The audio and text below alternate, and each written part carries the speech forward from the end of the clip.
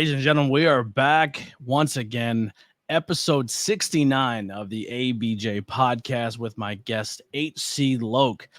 Guys, I know we talked about it last episode, but this will be the last live podcast for a little bit. I have to take some time away, figure some things out, step away, and start doing a little bit of a shoot job again. If you're in the wrestling business, that's what we call it, a shoot job. And figure some things out. I will be back very soon. Don't worry. Just got to take a little bit of time off, maybe a month, maybe two.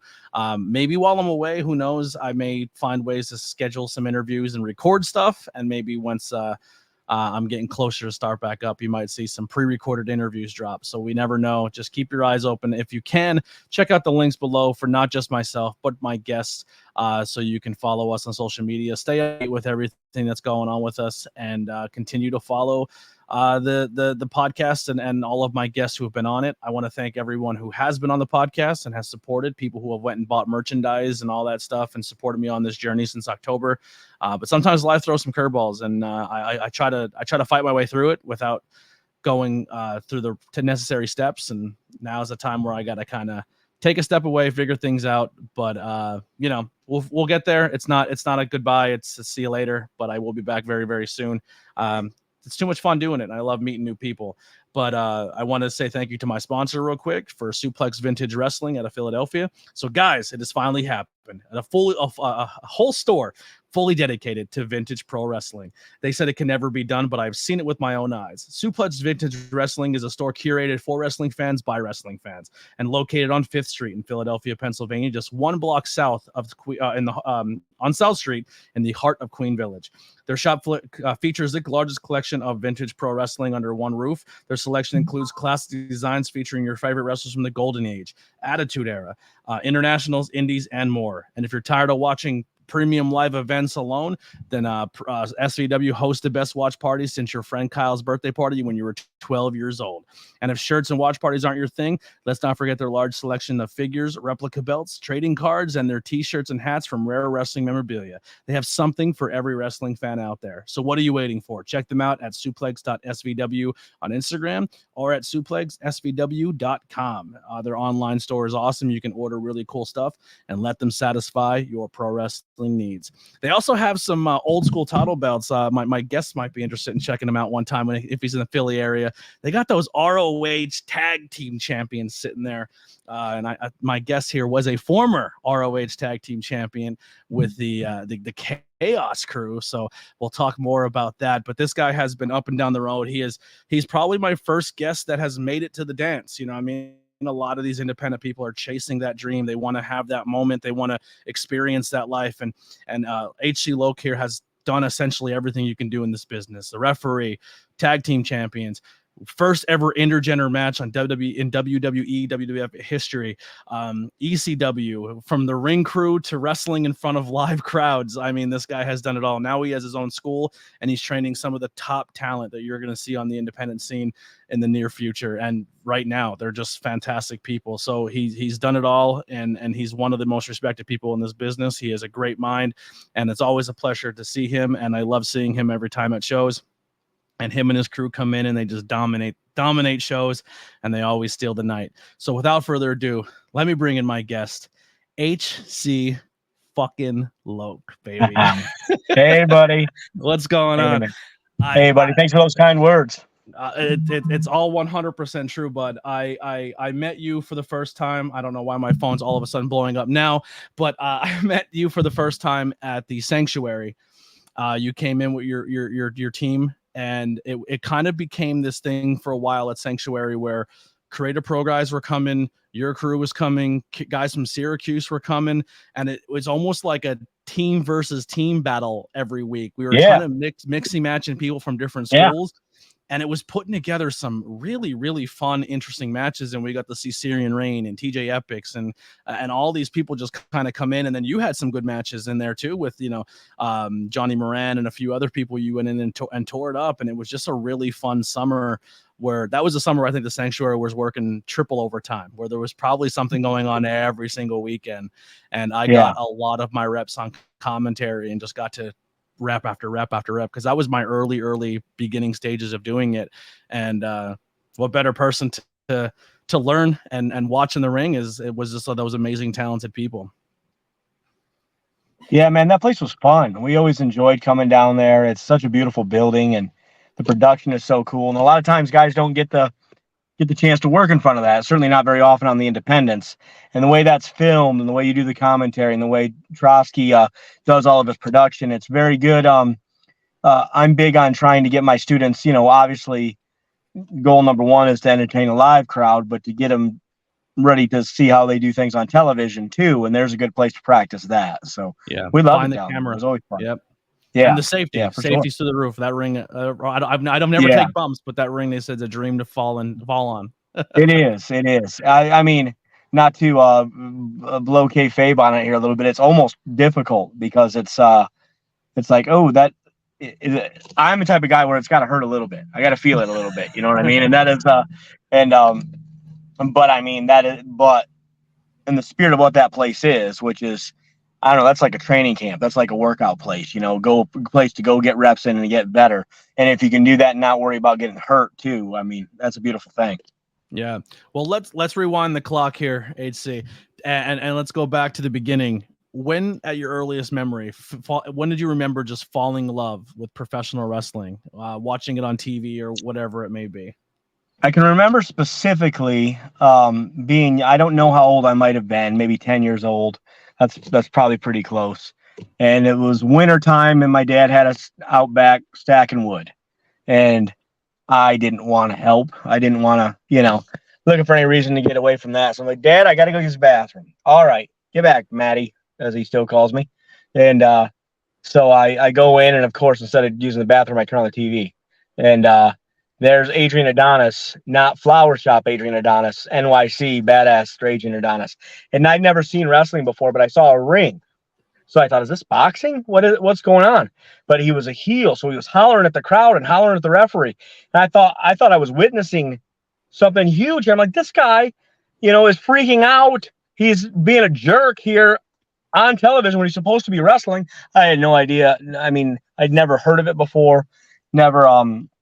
Certainly never saw it before, and had no inkling that it was a work whatsoever. So I just was captivated. I'm like, holy crap.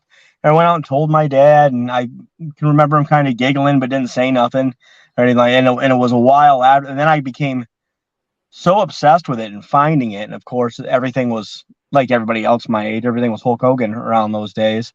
And I can remember specifically the day being all pumped up, getting excited, telling my parents about this big match coming up or whatsoever going on. And I don't know, can Hogan and Mr. T really beat these guys at WrestleMania or something like that? And went to my room, and my dad hollers, hey, come back here. So I did. And he says to my mother, he goes, tell him. I go, tell me what? And I'm just a little kid. She goes, it's fake. I go, what do you mean? She goes, they know who's going to win. I go, how do you know? And I remember my mother specifically saying, it was in the paper, which is bullshit, right? Yeah. But she's just trying to convince me that she knew. But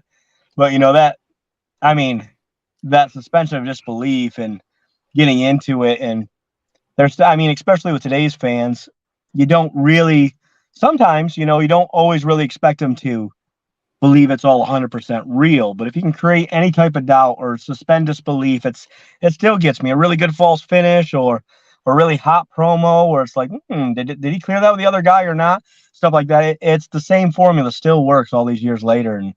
And I didn't want to believe it wasn't real. I went to my first day of wrestling school half-ass hoping everybody's wrong. I'm going to go in there.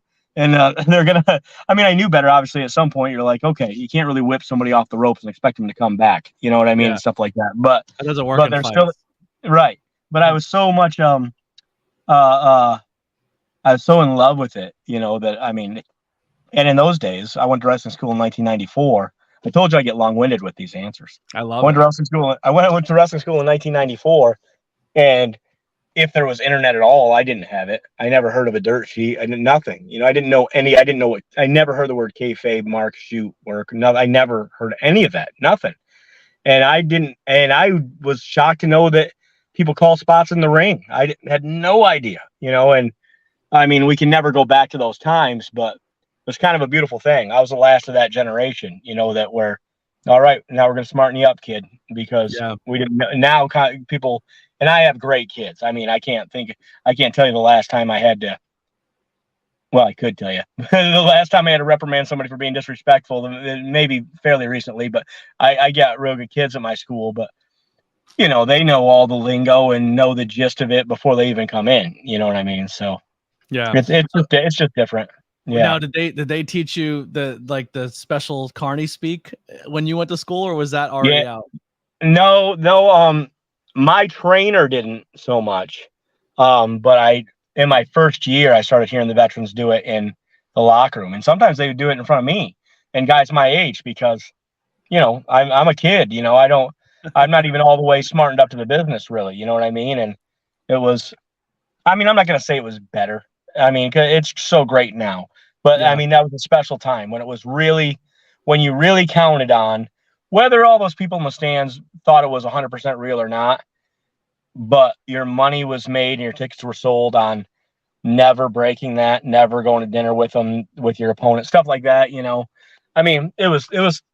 I'm not gonna, to each their own. I'm not gonna say it was better, but I liked it. It was like you really felt like you were part of something. You know what I mean? It Yeah. felt like you were really honored to. I'm in this club, and you might think but you don't know. Now that's Hmm. still kind of the case. You know what I mean? The problem is that everybody thinks they do know. Yeah, I mean they just do. You know what I mean? It's you go to um I don't know, go anywhere. You know what I mean? Or somebody doesn't like something that they saw on Raw and they're posting or chanting, that's bad booking. You're not even supposed to know what the word booking means. I mean, I know that we can't, Yeah. you can't unring the bell, you know what I mean? But it's so much different than it was back in those days. I think the people who are doing it the best right now is probably AEW, because WWE is so at the point where they're just like, we don't care if you believe it's real or not. For Yeah. us, it's a production. Yeah. This is we don't care. Yeah. And sometimes we'll peek out the curtain and say something that we know that and only us the smart fans will get it. But Mhm. AEW, like the Punk stuff, like people are still like, oh, I think it's this or I think it's that, and they're Yeah. probably sitting backstage going, we're back. You know what I Yeah. mean? Like Yeah. MJF Yeah. is doing beautifully at that, where it's like MJF does great people work. still Yeah. think he's going to quit the company in 2 years. You know what I mean? Yeah. Like they're Yeah. doing a great job with that. But Yeah. I think the beautiful part about this business now is, at least for me, when I'm trying to get someone new who's into the business, or trying to get someone who's never watched wrestling or only knows wrestling as the fake sport, you know what I mean? I'm like, well, right there, then just don't think that you're watching a sport. If you treat Yeah. it like a sport, you're going to expect a sport and you're not going to enjoy it. Go like you're going to a theater. It's action theater. You're going to see, and I love the term from The Sanctuary, but you're going to see stunt fighting.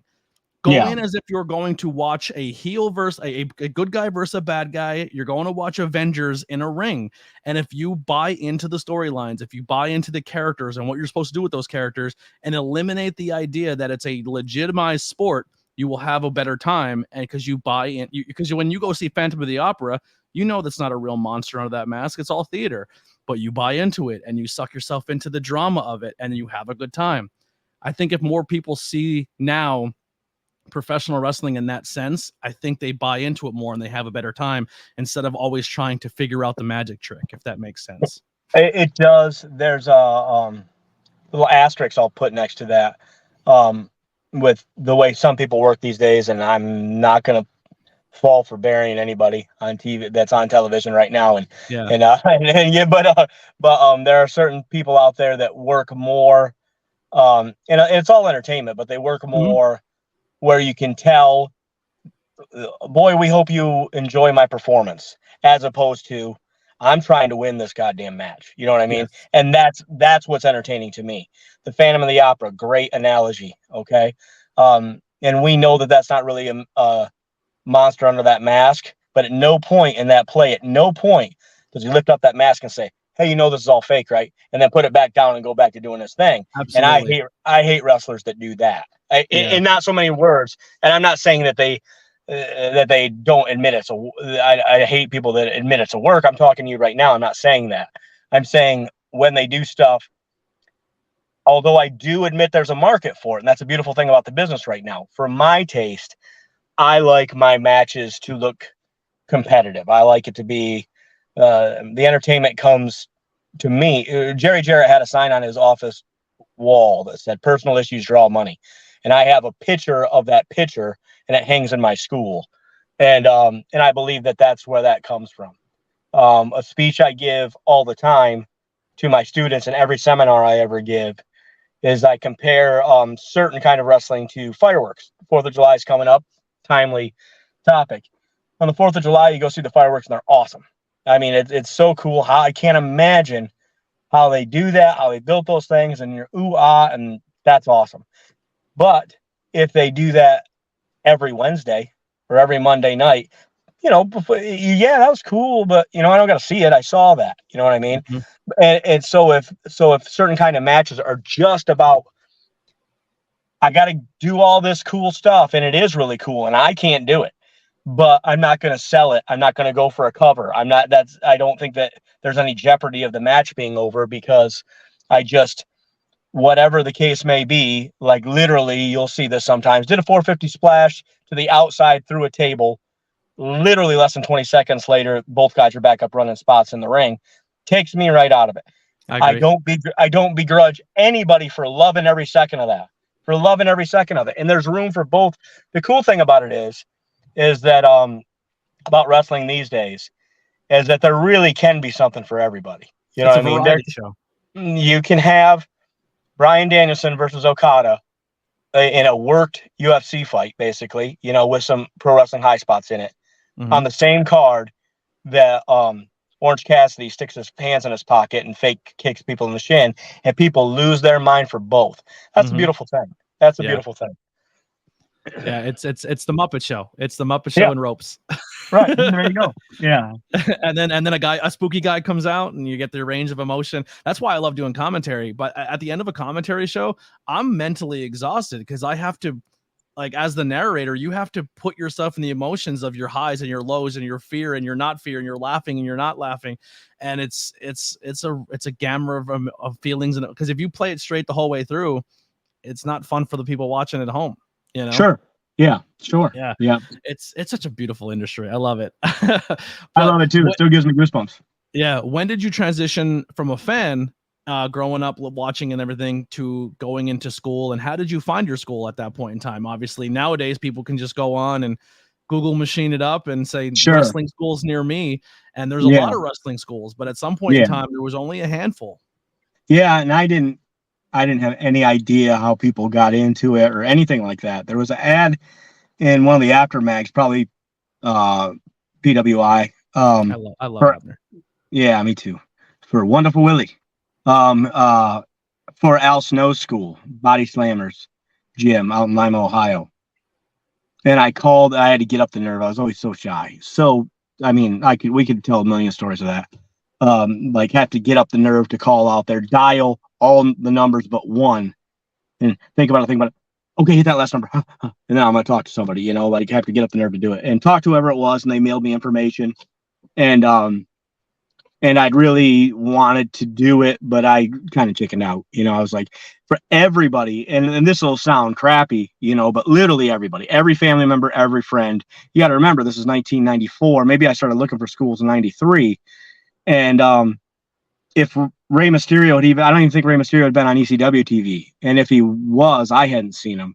Not that I'm a little taller than Rey, but there wasn't anybody my size. And if so, it just didn't. It was either shot that way, in a certain way, or it wasn't talked about, or everybody had and worked heights and weights anyway. And I was constantly told I couldn't do it because of my size. And I'd never lived away from home. And here I am going out to do this thing that everybody I know tells me is an impossibility for me anyway. And I'm kind of chickening out. And I'm like, I don't know. We'll see. If it's meant to be, it's meant to be. And as corny as this sounds, and it's super corny, I can remember being home on a Sunday afternoon, and not to get all philosophical or religious on you, and I am a big believer that it's nobody's business what anybody believes in. I don't, but I don't know if you want to call it fate or God or whatever. A Sunday afternoon, watching television, and that old movie Body Slam came on. I don't know if you ever saw that. It's way before your time, but it was awesome. And I'm like, is this my sign? I don't know. And it was so awesome. And then I got done and I switched channels. And immediately after that, I switched the channels. And remember the old show Night Court? That was on. And in that episode, Bull, the bailiff, he was a pro wrestler in there. And I'm literally telling myself, like, holy shit, what's going? And then the next night, swear to God on all 6 of my children and 2 grandchildren that the next night on my local news, a guy named Robert Bailey came on saying he started Cruncher's Gym Pro Wrestling School 25 minutes away from my house in Elmira, New York. And I drove down there and I was his first student. And, you know, it's aside from those kids and grandkids and a wife or 2, it's been my entire life ever since then. Yeah. I mean, you have, I said in the intro, man, you have done probably everything you can possibly do in this industry, from ring crew to training to now training yourself, refereeing on TV, then being a worker on TV, holding championships all over the place. When you first start off and you're going through that training, and obviously you're starting to learn, you talked a little bit about how it was backstage, and it's much different than it is backstage in a locker room than it is now. I think everything backstage, then I don't know if I would have personally been able to handle it, the old school way of things. But it is a much different world. And you kind of, like you said, you're that last generation of blending in the old school with the new school, and you're a good representation of what wrestling should be. You know what I mean? And when you got your first set of matches, how was it finally getting your training done and going through everything and then being told, hey, suit up, you're going in for your first match? Oh man, it was great. I'd spent about 18 months, which is just crazy. I mean, it's just how things lined up. But my first 18 months in the business Oh, we might have lost him. I'd do. Oh, there he goes. And then maybe a tag team once in a while. But it was my first match was January 15th, 1995. And I didn't have a singles match until August 6th, 1996. So, but, you know, I'm hauling the ring and doing security and doing all the things, paying your dues every weekend, or as often as there was an independent show. You know, independent wrestling wasn't so big back then, so it probably wasn't every weekend, but I was still training every day. So, I mean, it was great. But, you know, you think back on it now, I didn't know anything. But I was excelling at wrestling school. So much so that the Carney guy, as much as I love him, who owned the place, would, after, you know, not too long, he would only pay the trainer came from Pittsburgh to Elmira every week because there was no pro wrestlers around, you know, to teach us. And he would start bringing them in only every other week. So, and then have me show the rest of the class stuff that I'd learned. And I didn't know anything. You know what I mean? I was just excelling in the class, you know, which is weird because I was never an athlete in high school or anything like that. I just happened to have an aptitude for it. But you asked what it was like to finally transition and to do it. I was nervous as could be. And, but my first singles match, believe it or not, was with Steve Carino. And we were 2 young green kids, didn't know nothing. I watched it. You know, I lived for 20 years thinking that, we were about the same there. He helped me through that, but you know, we were just kids. And then somebody found that thing and posted it on YouTube, and I watched it. And I'm like, I didn't know anything. And he was as green as he was, maybe a year in the business at that point, or a year more than me, or something like that, you know. And but he was working every weekend, and he helped me so much, you know. And he would, you know, that was a running theme. He would years later as well. But yeah, but it was awesome. If you're listening, write down that name, Carino, because I think there's another young guy coming up with that last name you're going to be seeing pretty soon. Oh yes, I love him. Yep. Some rumors I'm hearing, maybe you'll be seeing him on a 3-letter moniker TV show pretty soon. It's possible. Yeah, I heard. He had a very good tryout. Yeah. From what I know, there might be a little stall in that action, but I think it's going to end up that way for sure. Good. Yeah. I sure hope so. That kid kills it. Another awesome. sanctuary kid. Another sanctuary kid. Yeah, he's awesome. Yeah. So in was it 99 when you when this happened, right? No, 90, yeah, 90, What, 99, 98. what are you talking about? The Luna match? Yes, you Yeah, go that was to before I went to ECW. To be honest, actually, I'm not yeah. sure how So long. But how did that come together? Were you brought in as extra talent or yeah, I just brought in as an extra, and I hounded Howard Finkel all the time. Again, sitting at my telephone, getting up the nerve to call him. Hi, Mr. Finkel. My name is Matt Knowles. I'm a professional wrestler from. I'd like to come in, be extra talent, and mailing him stuff all the time. And he was booking the extras at those times. And I remember the day coming home to my parents' house, and there was a message from that famous voice on the answer machine saying, "I think we can put you to work." So they did, and again, I was small. I mean, there's, I say 5'8", but I might be lying. 5'7", 5'8", somewhere in there. it's all in the Um, boots? yeah, it even says 5'8" on my driver's license, so hell with it. But so I got there, and I was so scared. They said, "Put your bags down and go to catering." And thank God when I walked into the catering, because there's every star in the world, and you're supposed to say hello to everybody. But I was so shy that I didn't want to, and scared that I didn't want to. Luckily some folks came and said hi to me. But some of the extra talent there I knew from the independents, so I sat at their table, and so Tony Garea comes along and says, "I don't think we have a match for you, but get dressed anyway." All right, yes, sir. So I did, and I'm just watching the monitor. And Raw had already started, as I recall, or maybe there was a taped Raw first. I think that might have been it. I think that might have been the case, something like that.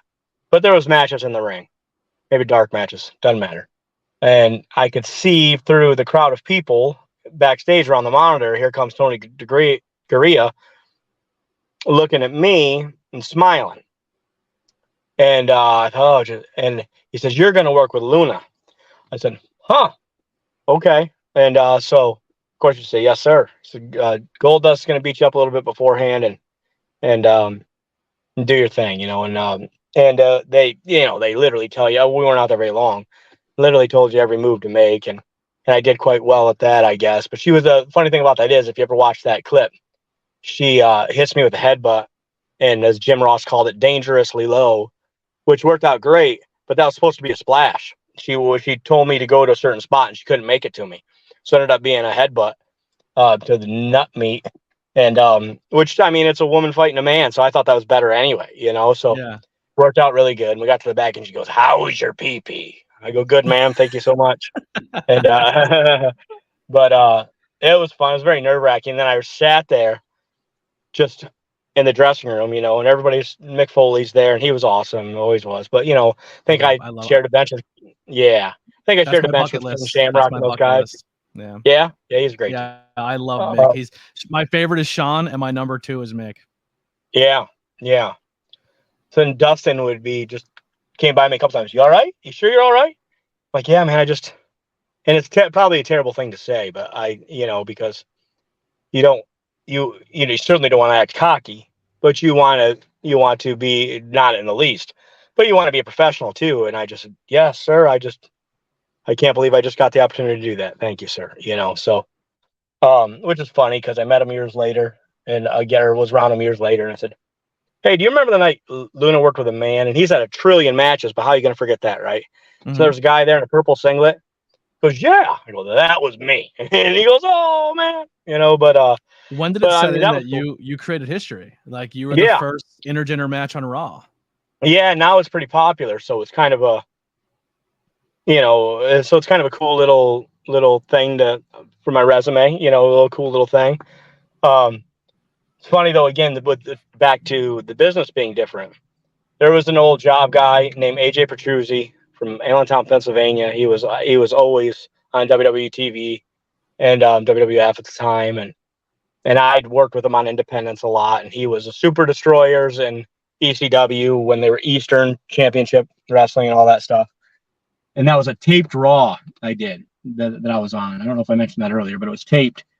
So the next week I watch it at home at my parents' house, and as soon as that match ends, my phone rings, and it's AJ Petruzzi. bitching at me, coming up one side and down the other, saying, "You should have told them you were sick. You should have said no. You shouldn't have that. They'll use you, but you'll never get anything in. You'll never get any out because I lost to a woman."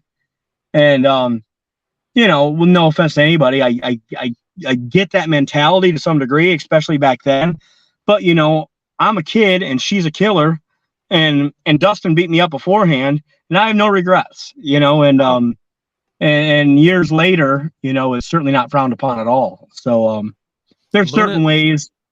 Luna's the first female in WWE who was put in a video game. She was the first female to break that barrier, and you were the catalyst. Yeah, that match was the catalyst of her probably being like, all right, now Luna, we're gonna put you in a cage. Like she never crossed that barrier because they didn't have a women's division around her, but they always gave her that work of going out and teaming with Dust or teaming with Bam Bam, or when she was a valet with Shawn. Like she always had that, don't mess with her, she'll kill you. But they had to set that bar somewhere, and that match was a very crucial moment of that. Thanks, man. Yeah, I mean, it's one of those things that it's still brought up all these years later. 1998, how long ago was that? So whatever, 25 years ago. I'm a huge fan. So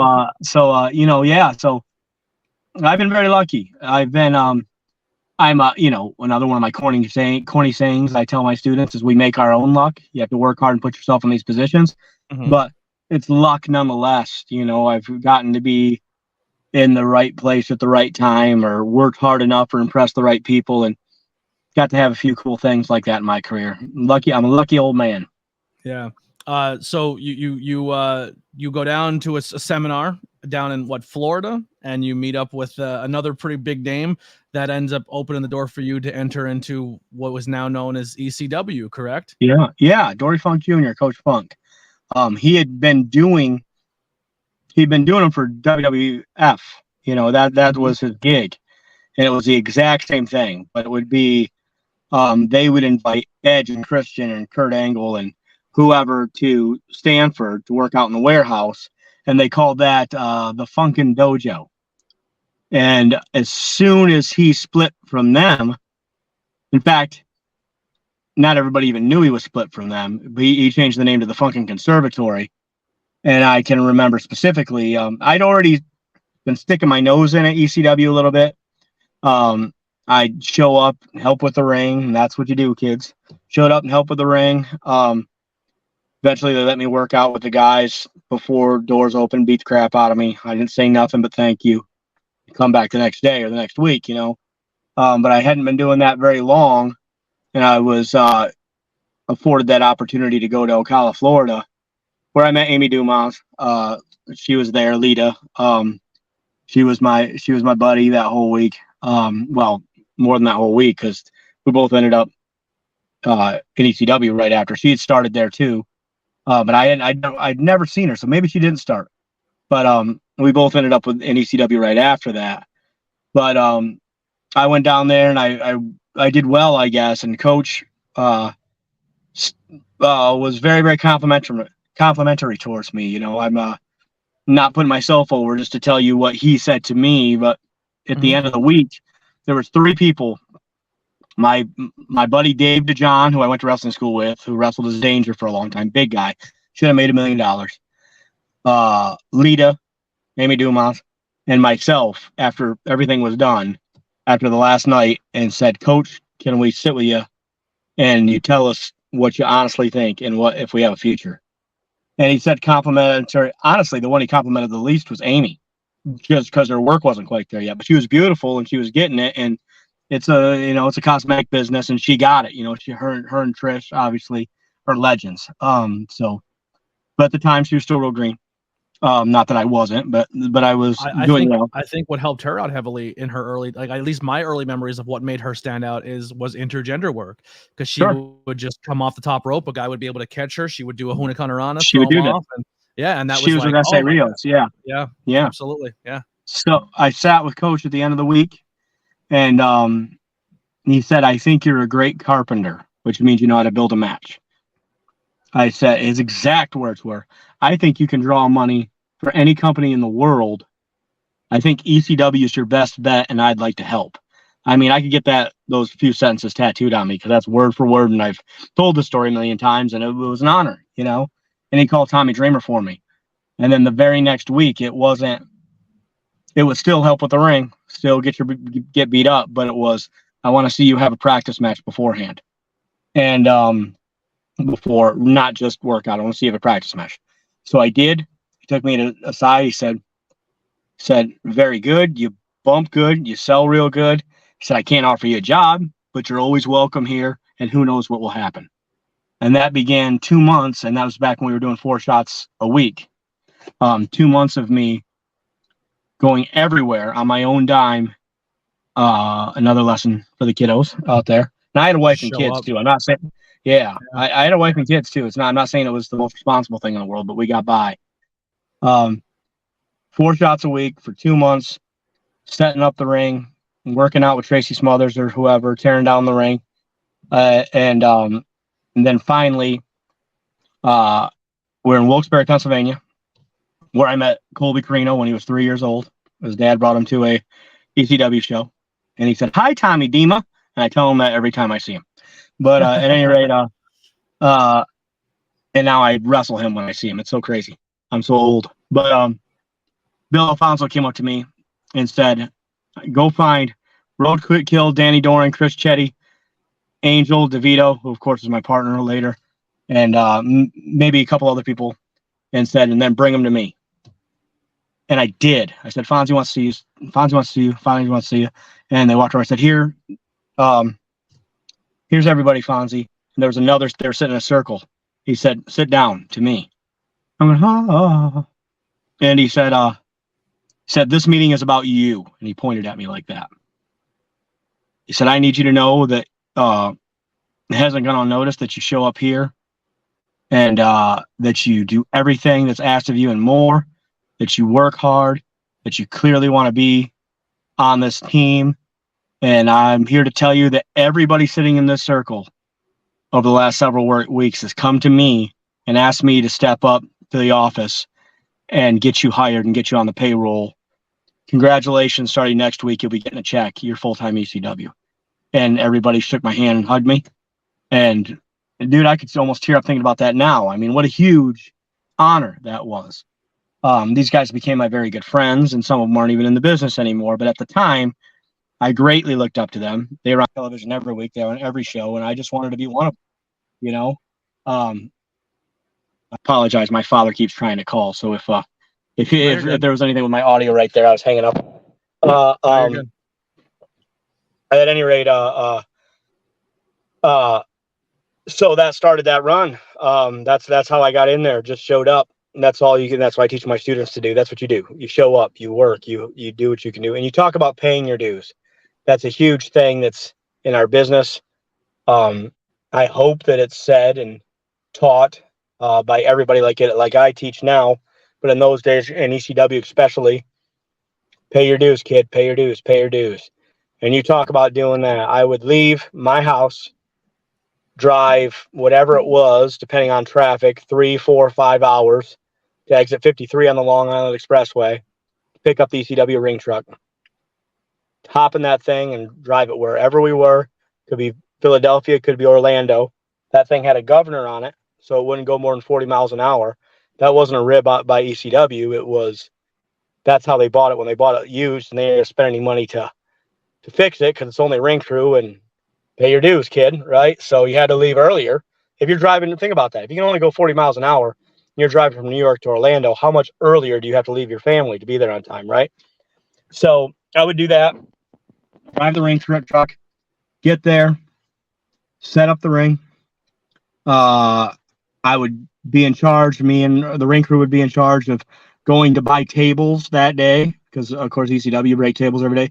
Staples, Home Depot, or not Home Depot, Staples, Office Max, and Office Depot. Look for them in every city. What was a tables and chairs and garbage can bill for each city of an ECW show? I don't really know, but I can tell you that those banquet tables are called 8-foot banquet tables. I remember paying between $28 and $32 for them. They're $150 now, which is why you see everybody going through doors and not tables. Yeah.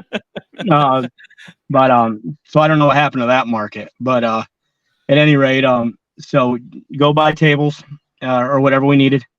Sometimes guitars, whatever we're told to get. Have to, doesn't matter if you're done doing your other job, have to be in the ring at 5 o'clock with Tracy Smothers to stretch out and work out. Have to do that. Me personally, I would then, and this was Tommy Dreamer doing me a favor because I had a family and it's another payday for me. I would then go sell t-shirts to the fans walking in, head to the back, get on my referee gear. I would wrestle, referee, ring announce from backstage if we didn't have a ring announcer on that loop, tear down the ring, go out, sell t-shirts to the fans on the way out, get in the ring truck, and we had to go to, or were at least encouraged, to go to the next town that night because we had to be there first before anybody else the next day. And I was low man, as we said, on ring crew. So who do you think had to drive? Who do you think had to sleep on the floor? All that stuff. So when people talk about, and I'm so much, I'm a much kinder trainer. I'm a much kinder veteran than I might have been years ago. I don't think I was ever mean to anybody. I was very much more drill sergeant like. But if somebody says, "Oh man, I had to drive 3 hours for there and all the way to that show, and I only got $50 or whatever," I'm like, I don't want to hear it. Do you want to be a wrestler or not? You know what I mean? So, I remember the first time I got paid for commentary. I was like, "This is I get paid for this?" You know what I mean? Like, I didn't know it was a thing. I was just going and just being happy I was part of the environment and knowing I was paying my dues. I think the first couple times I got paid, I gave my pay to a talent. Like so at my thing is like, I felt like I had imposter syndrome for a long time. So I didn't feel like I belonged, but I remember the first time me and my buddy got paid, there was a wrestler. She just got off a really bad injury and she missed a lot of her bookings, and I got $20 and my buddy got $20 just for commentating and help production. And we both took our $20 together, and that could have been gas on the way home. And we both gave it to that talent because she missed 6 months of bookings. You know what I mean? Like, that's awesome. Yeah. And that's a beautiful thing. I try to do that sometimes, especially if I know that we go to, especially for my students, but for anybody, but especially for my students, if we go to a show and I made a lot more than them, or maybe they didn't even get paid or something like that, you try to help, so Bubba Ray Dudley would do that for the ring crew. Sometimes he'd come over and pay for our meal because, and that was always appreciated. You always remember those things. You always remember Jerry Lynn every single night coming out and thanking the ring crew before he left. You say goodbye to everybody at the end of the night, right? That's the business. But he, and he alone, not that anybody else was a jerk, some people were, but not that they necessarily were, but he made it a point to come thank the ring crew every night. Next time we're on a show together, check out what me and my boys do. We always thank the ring crew, always, because how are you going to do this without a ring, and it just makes life so much easier, if you feel appreciated, if you can be generous when you can be to other people, and maybe when you need it, they'll be generous with you. And it's, it's still a special thing. We talked earlier about it being, we might've even been talking about this off air, but about feeling like you're in a special club, being in a pro wrestler. And that's part of it, that's part of it, being taking care of each other, being generous with each other,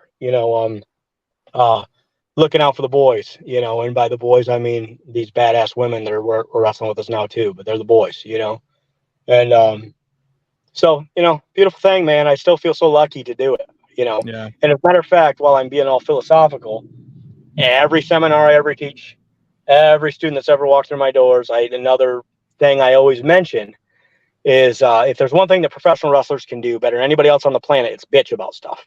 They can say, "Oh man, my payoff was the shits. That ring sucked. My match was so terrible. There's no way I should have lost to that guy." They bitched each other in the car on the way home. And I get it. As long as you're in the car and nobody's around, you don't talk like that. But you're venting in the car on the way home. But I ask everybody that I ever speak to, and ask to any wrestlers or aspiring wrestlers that are listening to this, that if when you're saying, "God dang it, I should have made more money," or "Oh, my match stunk," if you just take a second to think, man, all I ever wanted to do was be a pro wrestler, and I just did it.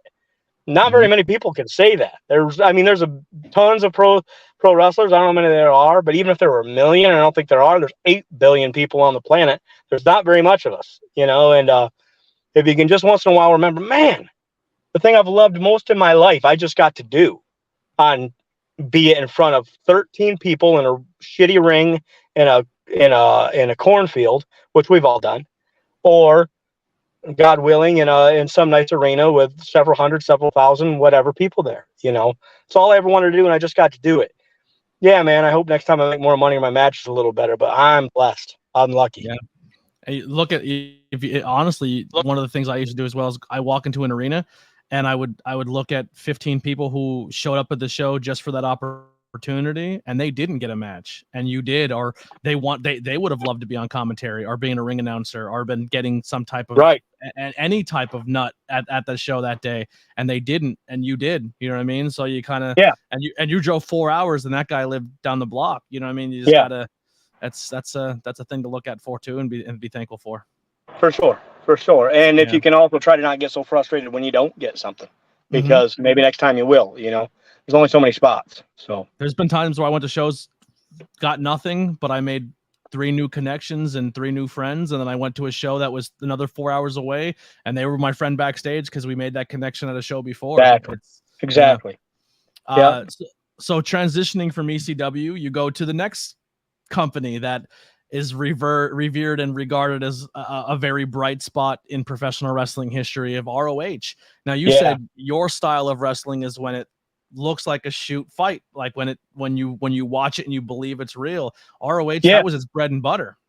100%. And I wasn't as good, and still I'm not now, as some of those people like a Bryan Danielson, as far as like almost doing a work MMA thing. Yeah, I love that. When I say I like it looking like a shoot, I mean like I like working matches with the intent to win, not the end. That's what I find entertaining. Not you'll never see me. Not that, and part of the reason is because I can't do it. Let's be clear. But you'd never see me, whatever, do a double backflip and land on my feet and have something, be very impressive looking, but in no way does it help me win the match and throw my arms up and ask for applause, type of thing. Maybe if I'm a cocky heel, but I'm saying by and large, you know what I mean? I'm trying to win. I'm going for a cover. Hit your big move, go for a cover. So that's all Ring of Honor. I just watched the whole documentary, the dark side of Junkyard Dog. Junkyard Dog he knew 6-7 things, and he did those 6-7 things very, very well, and he made a career of 6 or 7 things. Yeah. Well, it's about making that connection with the people, but at the same time, and even though you might not look at all those 6 or 7 things and think they're all real, he also wasn't winking at the camera, you know what I mean, and saying, "Oh, this is all baloney." He's cutting promos like his life depended on it. You know what I mean? He needs to win this match. Ring of Honor. The guys from RF Video, Gabe Sapolsky, Rob Feinstein, Doug Gentry, they started that. God bless Doug. He's passed away now. Did several years ago. I had reached out to them when I saw they were going to start something, and I knew them from ECW. They were on the road full time with ECW, and I sent them a tape and all those things, and said, "Yeah, come on in." So, how that actually worked out, another one of those lucky happenstance things for me. They wanted to. I was going to be in a tag team, obviously, and that ended up being Tony DeVito. There was another guy. Nobody knows this. Almost nobody knows this. There was another guy the first time, but that shit the bed. And I love the guy, and I don't want to bury him. I'm not even going to say his name now, just for that reason. But I started with a different partner, and that Murphy Recreation Center packed full of rowdy Philadelphia fans, and he couldn't hang, so he wasn't invited back. And I was told to pick a new tag team partner. I said Tony DeVito, and the Carnage Crew was born. That's how that happened. But the very first show, they knew they were the successor to ECW. Maybe that's a good way to put it. Yeah. And in ECW, I was the wrestling referee, the extreme official. I'd wrestle in a referee outfit. So I refereed the first match in Ring of Honor history. So I get to have that distinction of being the very first in-ring talent to ever walk through a curtain for Ring of Honor, and then that, long story short, there's a lot of cool matches, a lot of cool times that evolved in the Carnes crew with myself and Tony DeVito. We still team now. And we got to be world tag team champions, and we were in there with the Briscoes and the SATs in the back seats, and it was great times, man. Very, very lucky. Mm-hmm. And some of them names you just said still on the scene right now. I got to wrestle back seats tomorrow. Not Trent, God bless him, but Johnny and the new back seats are coming in to my show tomorrow. So yeah. The new back seats are very, very impressive. Them I seen them work at the Win show that we were at together. They actually, I think they beat you up a little bit that show. That's right. Yeah, I think they beat you up a little bit. But that was. I mean, those new kids are talented, but I think your crew you could roll up there with. You got some young good guys too. Yeah, we're gonna do a 6-man on Saturday of Johnny Cashmere and the new back seats versus me and CXR, TJ Epics and Chael Connors. So. Yeah, that's going to be pretty cool. So, pretty excited about that one. That's what promotion will that be at? That's Excite Wrestling. That's my school is affiliated with Excite Wrestling right now. My school is called the Fighting Arts Pro Wrestling Institute, located in Horseheads, New York, inside the Arnott Mall. Actually, it's a really cool location. It's a beautiful, beautiful spot, and we run a Excite Wrestling show there every month. That's tomorrow. And then Excite Wrestling has had a building in Binghamton, in the Binghamton Mall as well. Yep. So we'd always run 2. And actually, though, that mall has been sold, and this Saturday is our last show at the one in Binghamton. So that's going to be a special night for us. Yeah, we're going to get another building up there. We just don't have one yet. But in the meantime, we're just going to run my building in my school once a month. And we have spot shows coming up. We have Speedy Fest, it's called, in Binghamton, New York. If you ever had chicken Speedy. Stuff like that was invented in New York, and they have in Binghamton, New York, and they have a 3-day festival, like big fair for it every year, and they spend a bunch of money and they bring in concerts, and we're gonna wrestle there 3 days in a row. We got Kurt Angle coming in, Matt Cardona coming in, so it's one of those cool festival type shows where you can spend a little bit of money on talent, so it'll be fun. I was at a con. It was a con/wrestling show in Binghamton. Team JD threw it. It was like maybe 2 years that's right. ago. I saw you. That was a cool show. That's a really nice venue. That gym is beautiful. Yeah, that was a nice place. Yeah, I felt bad for me at making money that day, but it was a nice show. Yeah. Yeah. It was a big venture for a first time show. He put a lot of work into it, but a lot of big names there. A lot of cool matches happened that night. A lot of people that were on TV. A lot of ECW legends were there. It was a really fun time. But that was like right down the street from the mall. That wasn't too far away. Not at all. No. Yeah. As a matter of fact, Excite Wrestling co-promoted that. But it didn't. As we saw, it didn't do all that well crowd wise. But it's easy for me to say because you and me didn't spend our money on it. But it's one of those. Well, at least it was a fun day. Type of thing. So the whole time I was like, I'm having a blast, but I kept looking over and I'm like, I feel so bad for him. Yeah. Tears in his eyes every now and then. Yeah. That was a rough one, but I got to call Tommy Dreamer versus who did Dreamer wrestle that night? It was supposed to be Dreamer Incredible, but Credible he didn't perform. He was just ringside. I forget who it was now. Yeah, that was my match. Yeah. Oh yeah, it was you. Yeah, you versus Dreamer. Yeah, I'm an idiot. Yeah, they wanted it to be. We do that every time. It was a triple threat. Right? It was supposed to be a triple threat. Well, I don't know what we call him PJ, Just Incredible. I don't know what he was supposed to do, but he was going to come out. But they wanted it to be me versus Dreamer. I don't know if Dreamer doesn't ever want to wrestle me or what, but every single time I'm booked to wrestle him, it's because we're both baby faces. Depending on the city, and you spit on people and you grab people by the junk. I wouldn't want to wrestle you either. I learned it from him. It's true. but every time I'm supposed to wrestle, Tommy Dreamer says, "You know what? Why don't we start wrestling each other and we'll have a couple of heels come out and then you and me will face them." We've probably done that a half a dozen times. Right. I've still never your voice came out. Searing Rain. Yeah. A kendo stick. That's right. Yep. Yeah. That was a fun day. Yeah. Yeah. That was fun. That was awesome. And then I got to see Arn that day. That was really fun.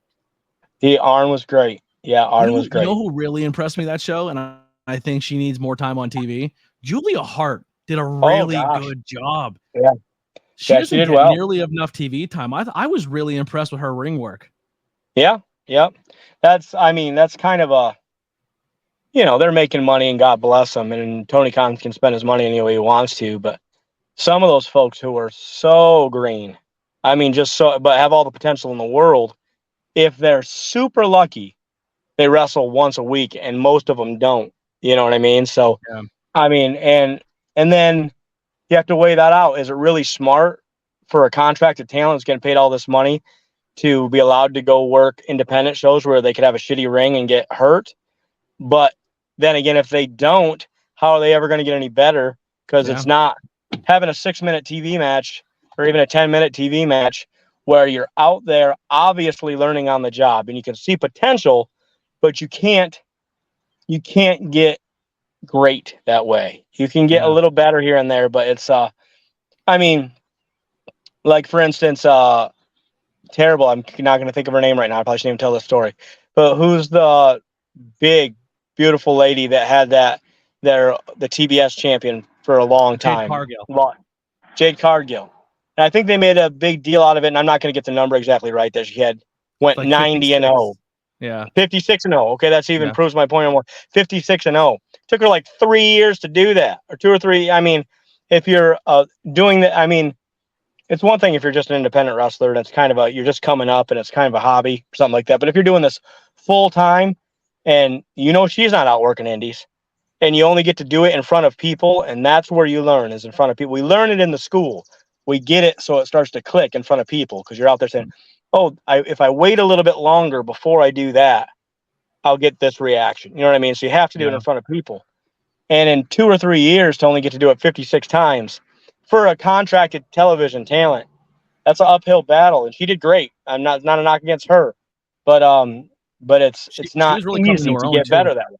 Yeah. She was, what she was doing backstage that a lot of people weren't aware of. When she wasn't in the ring in front of a crowd, Daniel Bryan and William Regal would pull her aside and teach her stuff. Yeah. And that's invaluable.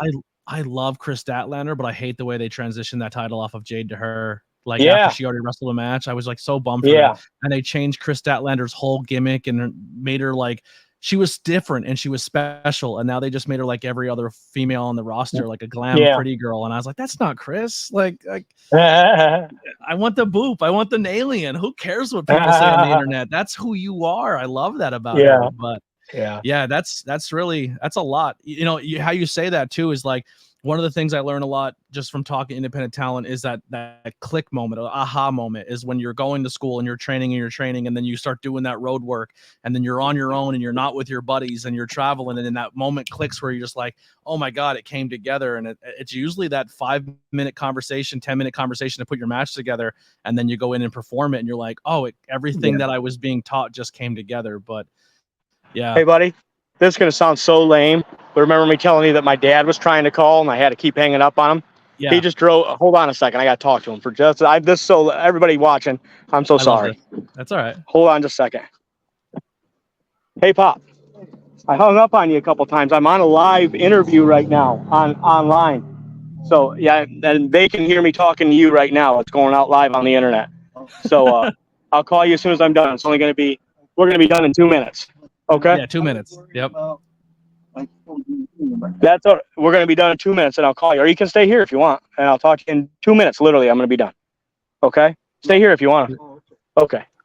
All right, buddy. I'm back. That's my best friend. That's my pop. He's tattooed right there. Yeah, he's 88 years old. So I spend most of my days taking care of him, but he still worries about me. I'm almost 50, and I'm like, I'm still a little boy though.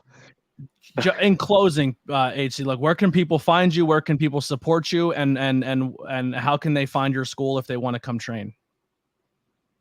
Oh, best thing you can do is if you just search me on Facebook. My shoot name's Matt Knowles. I don't know if you know this, but my mother didn't name me HC Loke. Yeah. But if you search HC Loke, it will come up. Or find me on Twitter HC Loke 1, and I can direct you to all that stuff. But it's called Fighting Arts Pro Wrestling Institute. That's on Facebook as well. And of course, excitewrestling.com. That's who I'm still an independent wrestler, but that's where I'm most closely affiliated with, and I co-promote the shows and things of that nature.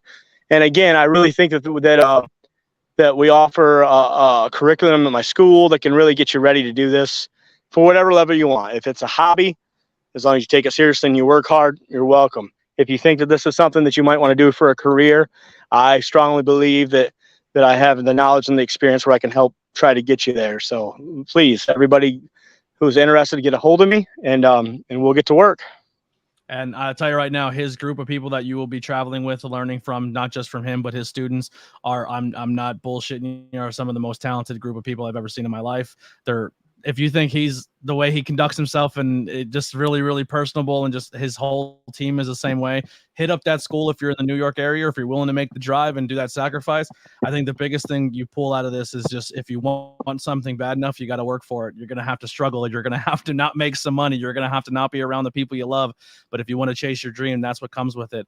Matt, Absolutely. Thank you so much for this. I appreciate you so goddamn much.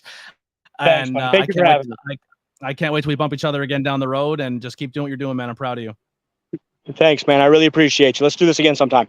Absolutely. Everybody, thank you so much for tuning in to the ABJ podcast. That's going to do it for episode 69. Here's some music by the Converse kid, Billy Trey. We'll see you next time. We're out of here.